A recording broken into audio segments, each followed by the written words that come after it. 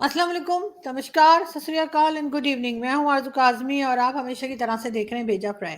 जी हाँ, भेजा फ्राई के नए एपिसोड के साथ हम हाजिर हैं और इससे पहले कि हम चलें आज की न्यूज़ की तरफ, आप सबसे रिक्वेस्ट है कि जिसने भी चैनल को सब्सक्राइब नहीं किया है, प्लीज़ चैनल को सब्सक्राइब करना ना भूलिएगा। बात हम करेंगे 26/11 की। जी हाँ, 26/11 से हमारे जहन में जो बात आती है वो है जी मुंबई ताज होटल और वहाँ का अटैक। जी हाँ, मुंबई ताज होटल में जो अटैक किया गया था 2008 में और उसमें इन्वॉल्व बताया गया था या इन्वॉल्व था अजमल कसाब। जी हाँ, अजमल कसाब का नाम आप लोगों ने यकीनन सुन रखा होगा। अजमल कसाब जो था उसने जो अपने साथियों के साथ अटैक किया था और ये भी कहा जा रहा है जैश ए मोहम्मद का आदमी बताया जा रहा है और ये भी कहा गया कि जी हाफिज सईद, जी हाँ हाफिज सईद जिसको के यूएन ने डेजिग्नेटेड टेररिस्ट भी कह रखा है, लेकिन ये और बात है कि हमारे यहाँ वो अभी तक साहब बना हुआ है।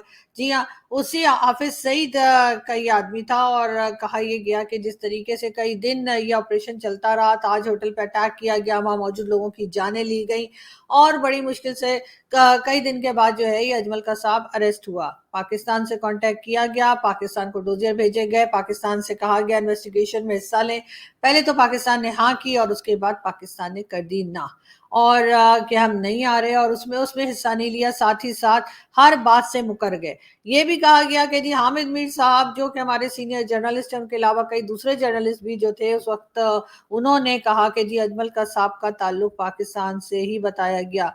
यहाँ तक कि हामिद मीर साहब उसके घर पहुंचे, उसके माँ बाप से बात की, उनके इंटरव्यूज बनाए, लेकिन उसके बाद एक बड़ा यू टर्न लेते हुए हामिद मीर साहब इस बात से मुकर गए और उन्होंने कहा कि ऐसी कोई बात नहीं की गई। यकीनन उनके ऊपर कोई प्रेशर आया होगा, यकीनन उनको कहा गया होगा कि वो इस तरह की स्टेटमेंट दें और तभी उन्होंने ये बात की।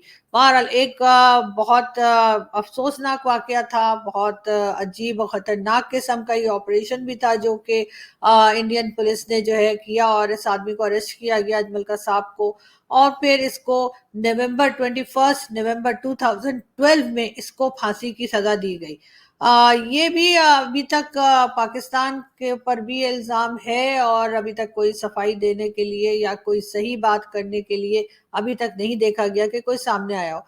उसके बाद भी कई चीज़ें होती रहीं और कई तरह के अटैक्स चलते रहे और हर बार पाकिस्तान की तरफ से एक ही जवाब होता था और वो था इनकार में कि नहीं, पाकिस्तान ने ना किसी को भेजा है, ना कोई गया है और ना ही कुछ ऐसा हुआ है।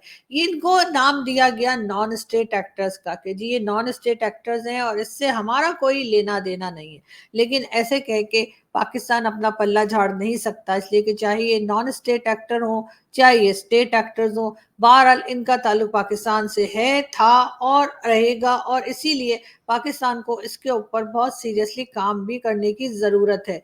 बार बार इसी किस्म के वाकयात होते रहे भारत में और हर बार भारत ने जो है कुछ टाइम के बाद उन बातों को भुला कर या उन बातों को भुला कर ना सही, लेकिन उन बातों को थोड़ा सा साइड पे करके पाकिस्तान से फिर बात करने की कोशिश की, लेकिन हर बार यही हुआ कि कोई ना कोई फिर कोई अटैक हो जाता था, कभी कश्मीर में और कभी कहीं और।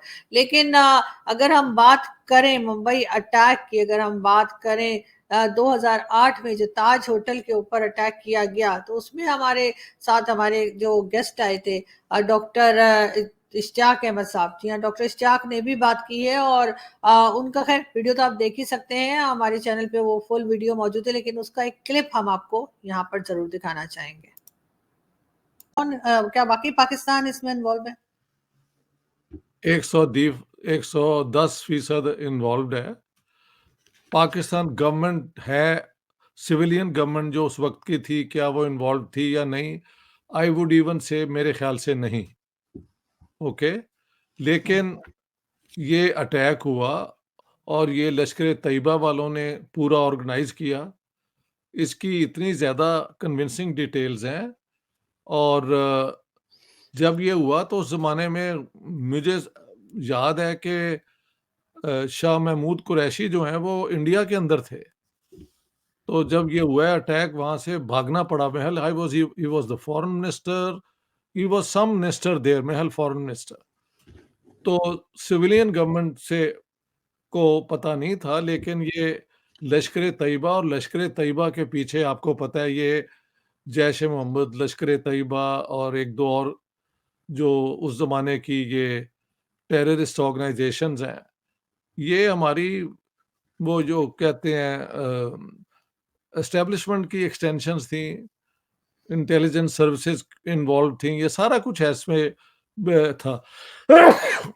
सो उस पे तो कोई शक नहीं है कि ये पाकिस्तान ने किया।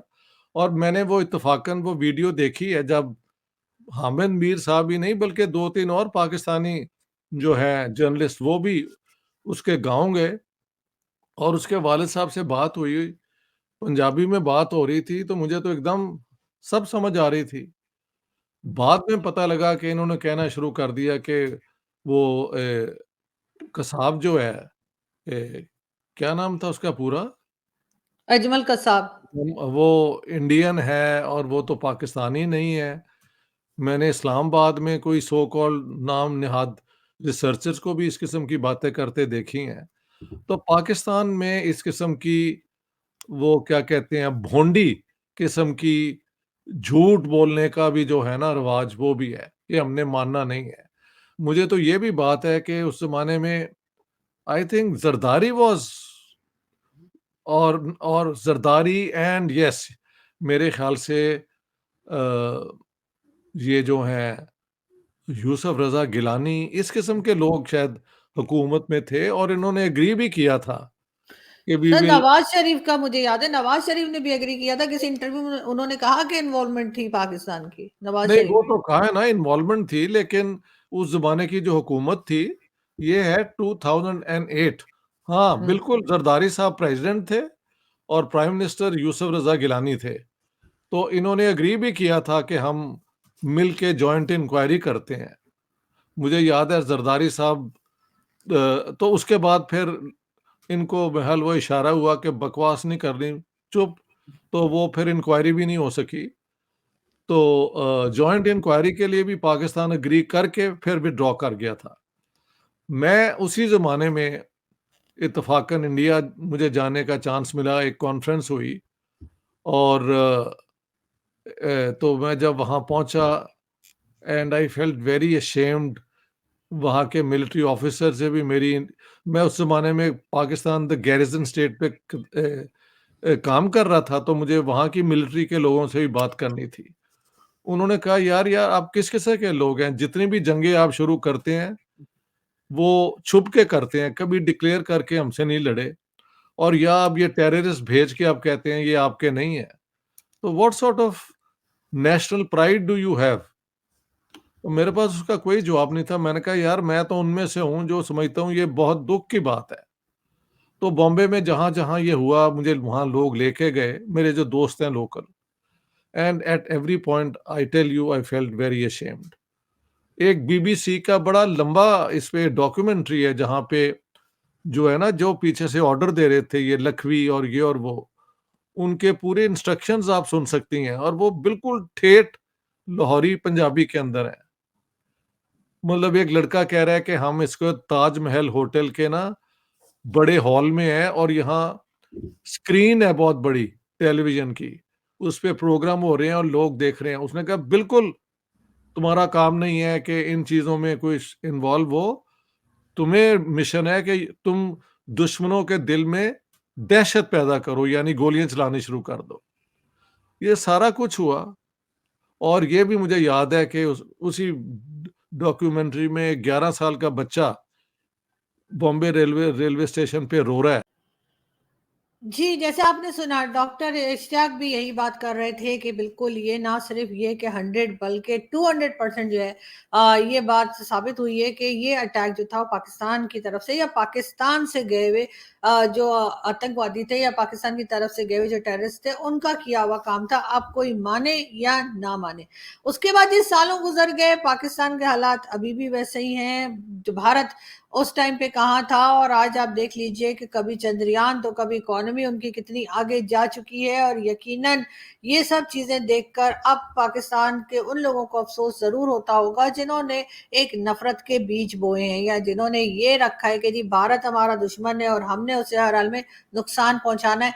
ये बात जिन लोगों ने अपने जहनों में बिठाई हुई थी, मेरे ख्याल है अब उनको थोड़ा सा सोचना चाहिए, थोड़ा सा पाकिस्तान को ठीक करने की जरूरत है। उसके बाद आपने देखा कि पाकिस्तान कई साल तक जो है FATF की ग्रे लिस्ट में रहा और हमेशा से यही खतरा रहा कि पता नहीं कब ग्रे से ब्लैक लिस्ट हो जाएंगे। ये और बात है कि ब्लैक लिस्ट होते होते बचे और उसके बाद ग्रे लिस्ट से बाहर आए, मगर कब तक? इसलिए कि पाकिस्तान के ऊपर टेरर फंडिंग के भी केस हैं, पाकिस्तान के ऊपर मनी लॉन्ड्रिंग के केसेस भी हैं और इसी तरह के कई इल्जामात अभी तक चलते चले आ रहे हैं। हर वक्त एक तलवार है जो सर पे लटकती रहती है कि न जाने कब दोबारा से जो है FATF की ग्रे लिस्ट में जाना ना पड़ जाए। खैर, इससे पहले भी 3 या 4 बार जा चुके हैं, तो हो सकता है आदत हो गई हो, लेकिन बहरहाल पाकिस्तान को कहीं ना कहीं जो लोग पाकिस्तान चलाते हैं, जो पावर में है, जिनके हाथ में पाकिस्तान के करता धरता जो बने हुए हैं, उनको जरूर इस बात की तरफ देखना पड़ेगा।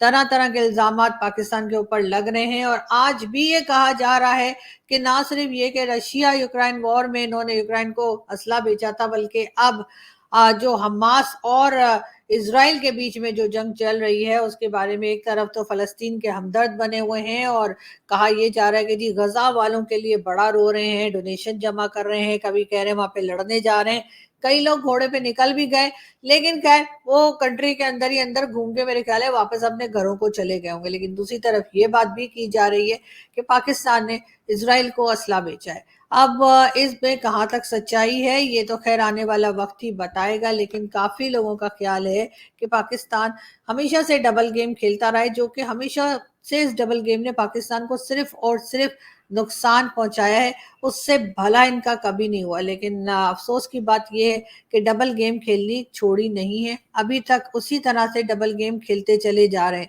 कभी अफगानिस्तान के साथ, कभी फलस्तीन के साथ, और एक तरफ कश्मीर का भी जो है वो चूल्हा जला के रखा हुआ है और कश्मीर के ऊपर भी कुछ ना कुछ स्टेटमेंट्स आती रहती हैं। ये और बात है कि गल्फ की कंट्रीज जिसमें UAE भी शामिल है, सऊदी अरब भी शामिल है और कई बड़ी कंट्रीज जो है वो कश्मीर जो कि भारत की तरफ है वहां पे इन्वेस्टमेंट कर रहे हैं, वहां पे मॉल्स बना रहे हैं, वहां पे रोड्स बन रही हैं, वहां पे न जाने क्या कुछ हो रहा है। और दूसरी तरफ पाकिस्तान के पास जो कश्मीर है वहां पे ऐसा कोई काम, कोई डेवलपमेंट का काम करते हुए हमें दिखाई नहीं दे रहे।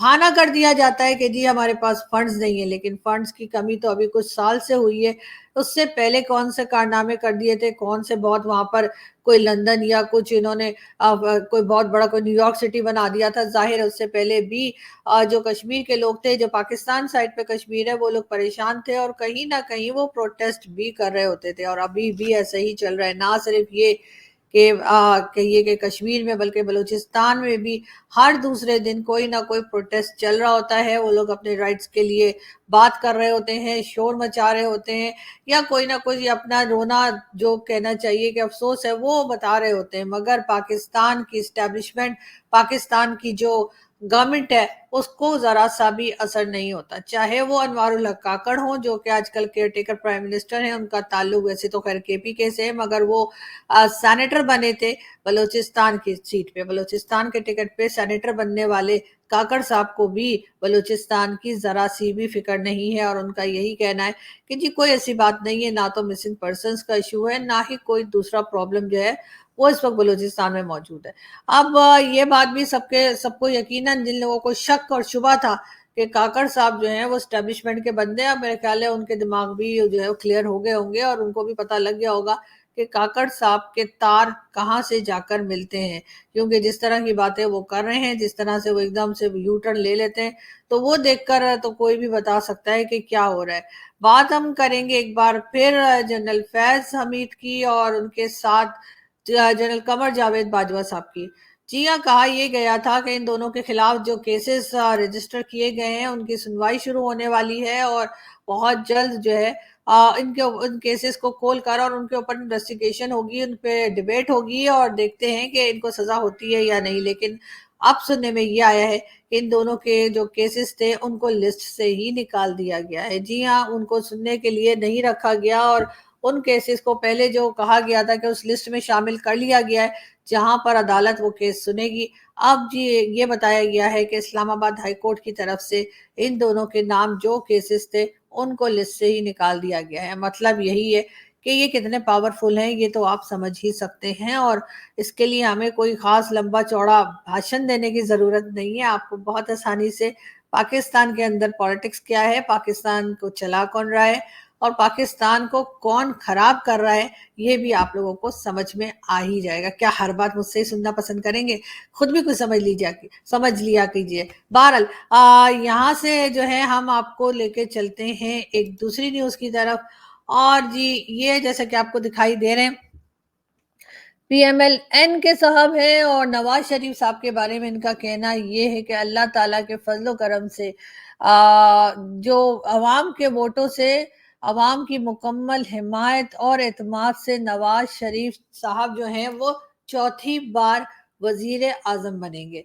जी हाँ, PMLN को इस बात का पूरा यकीन है और यकीन तो खैर बहुत सी पब्लिक को भी है, क्योंकि जिस तरह से नवाज शरीफ साहब को लाया गया है, सजा बनाकर उनको आगे रखा गया है, लोगों से मिलवाया जा रहा है और पार्टी को मजबूत करने के लिए बाकी छोटी छोटी पार्टीज जो हैं वो भी जाकर इनके साथ मिलती चली जा रही हैं। इससे साबित तो यही हो रहा है कि यकीनन अगली बारी फिर नवाज शरीफ साहब की है और वो फिर एक बार प्राइम मिनिस्टर के तौर पर आ जाएंगे।